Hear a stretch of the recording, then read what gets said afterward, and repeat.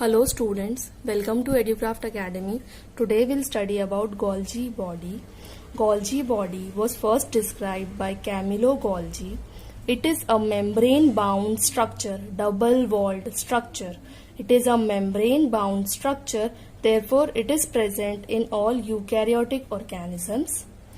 It is present in both plant cells as well as in animal cells. When it is present in plant cells in the form of subunits, it is called dictyosome. Dictyosome क्या है? When Golgi body is present in plant cells in the form of subunits. ठीक है? When Golgi body is present in plant cells in the form of subunits, it is called dictyosome. ठीक है? Now we'll see the structure of Golgi body. Structure देखो, structure कैसा है?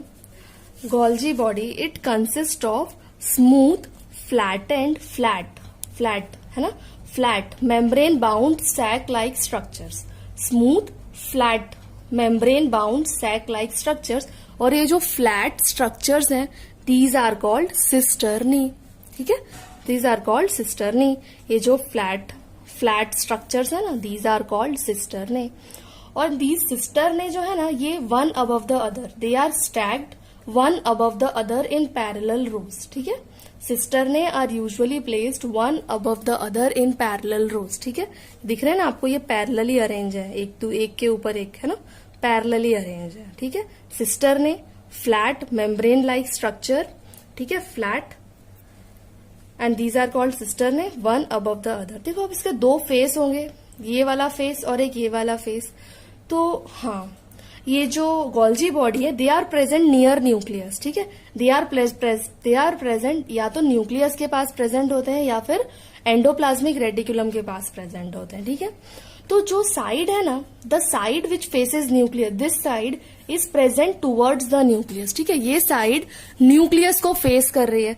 तो जो side nucleus को फेस करती है, दैट इज सिस फेस. और जो साइड न्यूक्लियस के ऑपोजिट प्रेजेंट है, दैट इज ट्रांसफेस. ठीक है, trans face present opposite to the nucleus, that is trans face. Near the nucleus, that is cis face. ठीक है, फिर ये देखो vesicles, these are secretory vesicles. इसमें देखो जो Golgi बॉडी है, इसका मेन फंक्शन क्या है? Secretory organelles of the cell. Golgi bodies are called the secretory organelles of cell. ये याद रखना है आपको.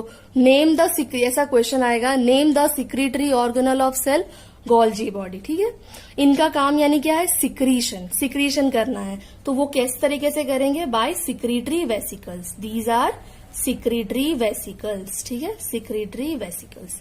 स्ट्रक्चर समझ आ गया? secretory vesicles.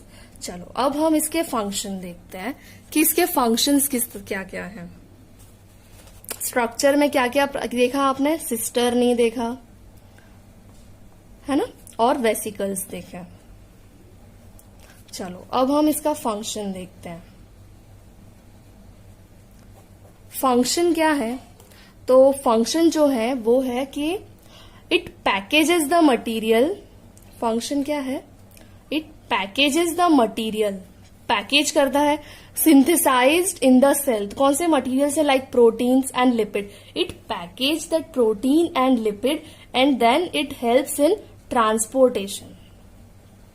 ठीक है, ट्रांसपोर्टेशन, ट्रांसपोर्ट दीज मटेरियल. कहां पर ट्रांसपोर्ट करेगा? या तो सेल के अंदर ही ट्रांसपोर्ट करना है या फिर सेल के बाहर ट्रांसपोर्ट करना है. ठीक है, यानी इसका फंक्शन क्या हो गया? Package the material synthesized by the cell and transport these material to the target places, that is inside the cell or outside the cell. ठीक है, समझ आ गया ये? अब देखो ये कैसे, थोड़ा डिटेल में देखते हैं. हमने क्या देखा कि this is our Golgi body. It is present near endoplasmic reticulum या फिर नियर न्यूक्लियस, है ना. तो जो अभी आपको याद है, आपने देखा RER, रफ एंडोप्लाज्मिक रेटिकुलम. जो रफ एंडोप्लाज्मिक रेटिकुलम क्या करते हैं? They synthesize the proteins. ठीक है, they synthesize protein. The protein that is synthesized by rough endoplasmic reticulum, है ना, जो प्रोटीन सिंथेसाइज हुआ है वो प्रोटीन क्या होगा, एंडोप्लाज्मिक रेटिकुलम में भी वेसिकल्स होते हैं, ठीक है, वो क्या करेंगे, they will transport this protein to Golgi body, ठीक है, वो प्रोटीन्स गोल्जी बॉडी में ट्रांसफर हो गए और ये गोल्जी बॉडी, दिस प्रोटीन्स जो है Golgi bodies will modify this protein, ठीक है, मॉडिफाई कर देंगे प्रोटीन को और फिर उसे सिक्रीटरी वेसिकल्स के फॉर्म में रिलीज कर देंगे, है ना। ये जो प्रोटीन है वो पैकेज हो जाएगा। सबसे पहले तो ये क्या करेंगे, प्रोटीन्स को मॉडिफाई करेंगे, फिर उन्हें पैकेज करेंगे और फिर सिक्रीटरी वेसिकल्स के फॉर्म में उन्हें बाहर ट्रांसपोर्ट कर देंगे, ठीक है।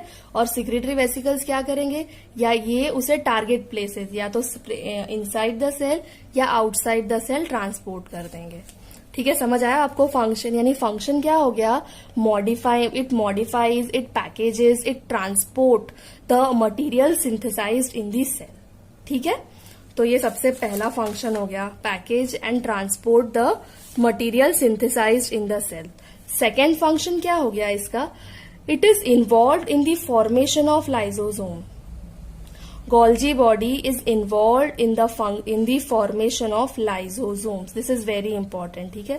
Lysosome is is the cell organelle which we'll study later. लेकिन आप ये याद रखना है ना, where are lysosomes formed?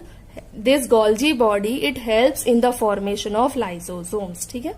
It also helps in the formation of peroxisome, ठीक है। It also helps in the formation of acrosome, ठीक है, acrosome in sperm। ये क्या होता है एक्रोसोम, तो it is the anterior part of sperm head, ठीक है, anterior part of sperm head, that is acrosome. Golgi body helps in formation of acrosome, peroxisome and lysosomes, ठीक है। Lysosomes are the suicidal bags of cell, है ना, ये याद रखिएगा, इसको फॉर्मेशन में गोल्जी बॉडी हेल्प करते हैं।